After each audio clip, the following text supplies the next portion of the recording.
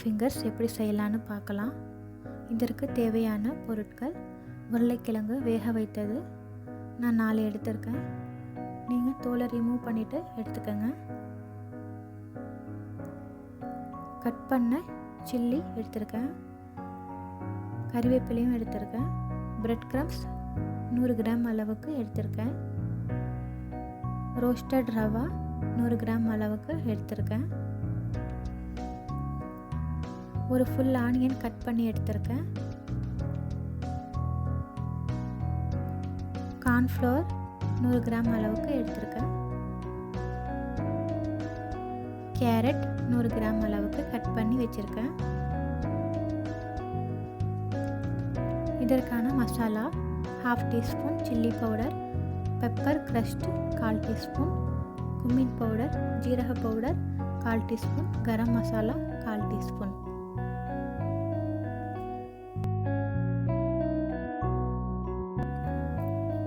இப்போ ஒரு பவுல் எடுத்துக்கோங்க.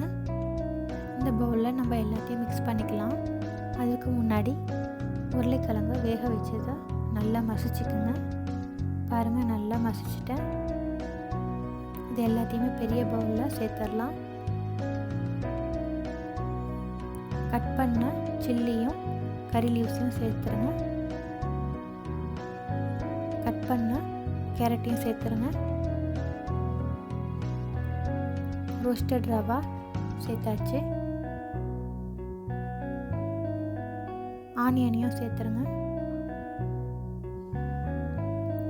கார்ன்ஃப்ளவரையும் சேர்த்துடலாம். இப்போ இது எல்லாத்தையும் நல்லா மிக்ஸ் பண்ணிக்கோங்க. நான் மிக்ஸ் பண்ணிட்டேன். இப்போ நம்ம இந்த மசாலாவே சேர்த்துடலாம். சில்லி உங்களுக்கு கூட வேணும்னா கொஞ்சம் கூட சேர்த்துக்கோங்க. நான் 1/2 டீஸ்பூன் சேர்த்துருக்கேன். தேவையான அளவுக்கு உப்பு சேர்த்துக்குங்க.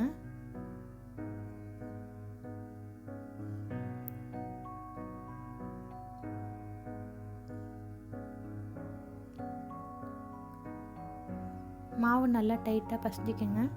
நம்ம பிரெட் க்ரம்ஸை இதில் சேர்க்கக்கூடாது. மாவு டைட்டாக பசஞ்சாச்சு.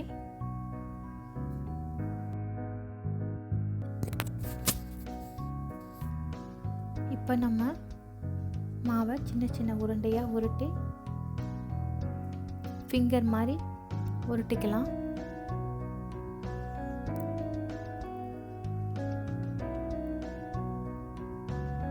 பாருங்கள், ஃபிங்கர் மாதிரி உருட்டியாச்சு. இதே மாதிரி உருட்டி எடுத்துக்கோங்க.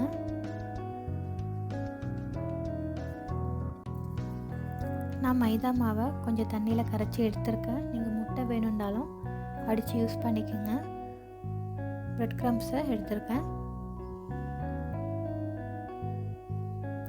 இப்போ நம்ம இந்த ஃபிங்கரை மைதா மாவு தண்ணியில் நனைச்சிட்டு இந்த பிரெட் க்ரம்ஸில் உருட்டி எடுங்க. சிங்கிள் கோட் வந்துருச்சு. உங்களுக்கு டபுள் கோட் வேணும்னா திருப்பி மைதா மாவு தண்ணியில் நனைச்சிட்டு இன்னொரு வாட்டி பிரெட் க்ரம்ஸ் எல்லாம் உருட்டிக்கிங்க. உங்களுக்கு டபுள் கோட் கிடைச்சிரும். இப்போ ஒரு ஃப்ரை பேனில் ஆயில் எடுத்துக்கோங்க. ஆயில் ஹீட் ஆன உடனே நம்ம ரெடி பண்ணி வச்சுருந்த அந்த பொட்டேட்டோ ஃபிங்கர்ஸை போட்டுடலாம். நல்லா ஃப்ரை ஆகட்டும்.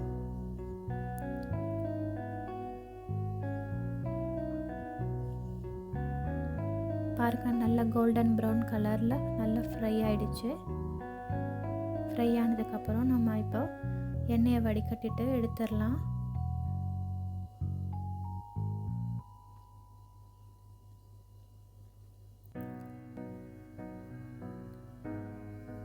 இது குழந்தைங்களுக்கு ரொம்ப பிடிக்கும். நீங்கள் ஈவினிங் ஸ்நாக்ஸ் மாதிரி குழந்தைங்களுக்கு செஞ்சு கொடுங்க.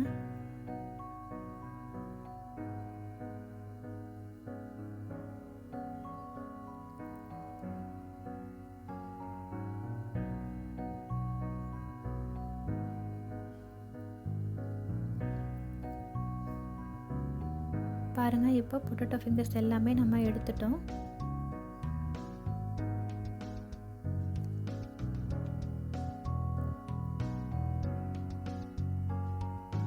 இப்போ பொட்டேட்டோ ஃபிங்கர்ஸ் ரெடி ஆகிடுச்சு. உங்களுக்கு பிடிச்சிருந்துச்சுன்னா சப்ஸ்கிரைப் பண்ணுங்கள், லைக் பண்ணுங்கள், ஷேர் பண்ணுங்கள்.